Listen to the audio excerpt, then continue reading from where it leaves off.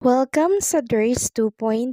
Fresh at nagbabagang happenings ba ang hanap mo? Mga padabarkads man yan o mga trending topics? Pwes, sagutin natin yan.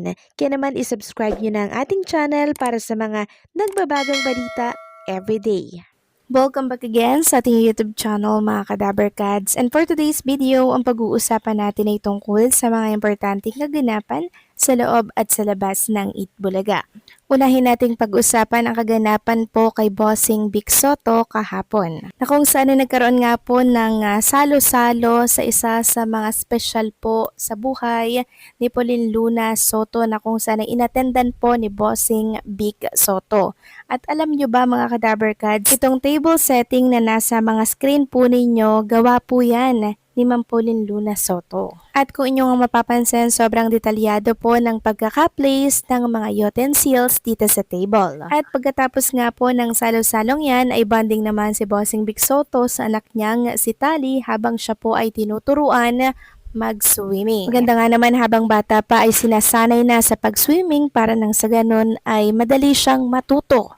Samantalang next topic naman, congratulations kay Atasha Mulak at kay Andres Mulak na kung saan ay rumampa lang naman sa Bench Passion Week Spring Summer 2026. Kagabi po yan na kung saan talaga namang tinutukan ng mga Gen Z at ng mga bagets na sumusuporta kay Andres at kay Atasha Mulak. At nakita nga natin mga kadabarkads ang isa sa mga passion show nitong si Atasha and sobrang pasabog mga kadabarkads. Ang daming nanood at umattend sa event na yon and talaga namang nagpapalakpakan sila habang pinapanood nila ang pagrampa ni Atasha. At alam nyo ba mga kadabarkads, ang day 2 po netong Bench Passion Week na to ay in partnership with the Embassy of Japan in the Philippines and Japan Foundation Manila. Kaya naman congratulations kay Atasha Mulak. Samantalang, successful naman mga kadabarkads ang naging concert ng 4 na clones natin dito po sa KDRAC na sina Franz Joseph, Nas Poblete, Jerome at si Baron Carl Serrano. Nakita ko nga po mga kadabarkads yung mga umattend na mga guests sa venue. Sobrang dami, halos punong-puno po mga kadabarkads. So nakakalungkot lang dahil hindi po dito pinayagan si Ruel Carreño ng management po ng TBJ Production. Samantalang para naman po sa mga nagtatanong ng schedule or line-up ni Jerome Ibardome, April 19 KDRAC which is yung kakatapos lang kahapon, May 1 sa Candelaria, June 6 Toronto, Canada mga kadabarkads, June 20 Fadis Point, June 24 RJ Bistro, July 22 Legends Night, August 19 Elvis Night, save the date.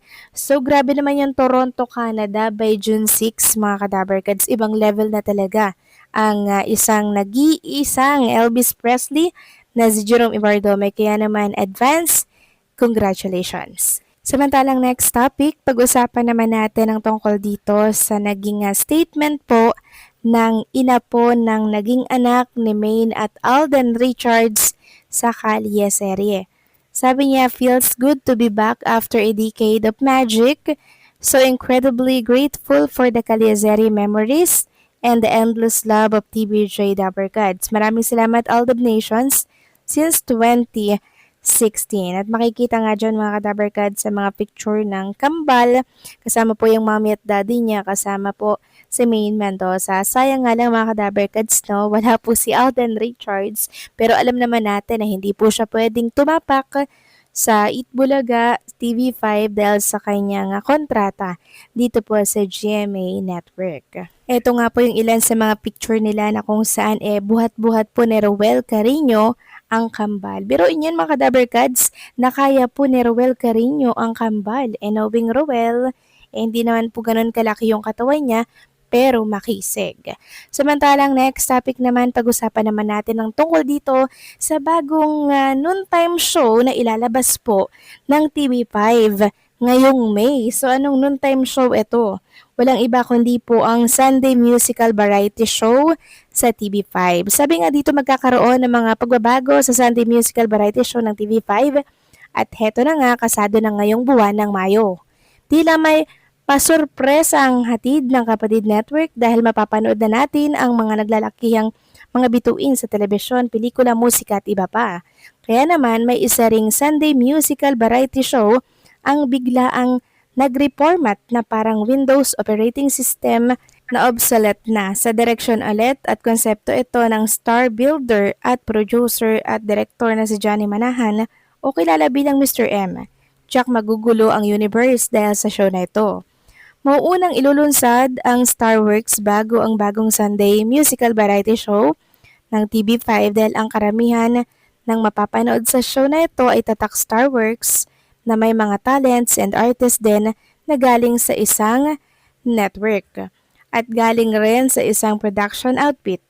Hay nako, hindi na tayo makapaghintay at hindi na mapigilan pa at hindi na papaawat ang TV5 sa paghahatid ng mga di-kalibreng mga programa para sa mga Pilipino. So, ayan po yung nakasulat dito sa post ng isang telenews.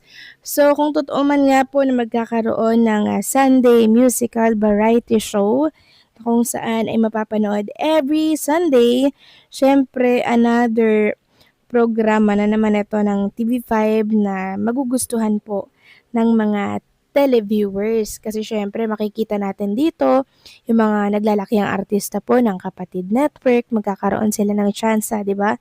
Na mabigyan sila ng mga exposure sa naturang programa. So bakit nga ba ito ay tinawag na noontime show?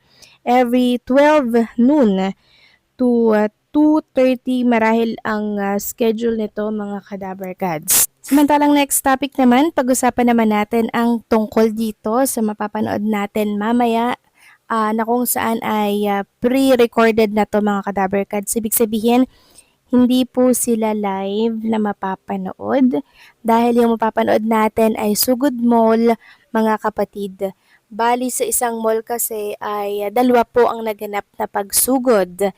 So yung isa ay pre-recorded na mapapanood ngayong araw po ng Lunes. So kaya po naputol ang Sugod Mall mga kapatid at ang isinunod na nila ay Sugod Studio na po mga Kadaberkads dahil nahihirapan pa pong kumuha ng schedule ang Itbulaga kung saan mall sila magpupunta kasi hindi naman po ura-urada na makakuha sila ng mga bakanteng slot, 'di ba?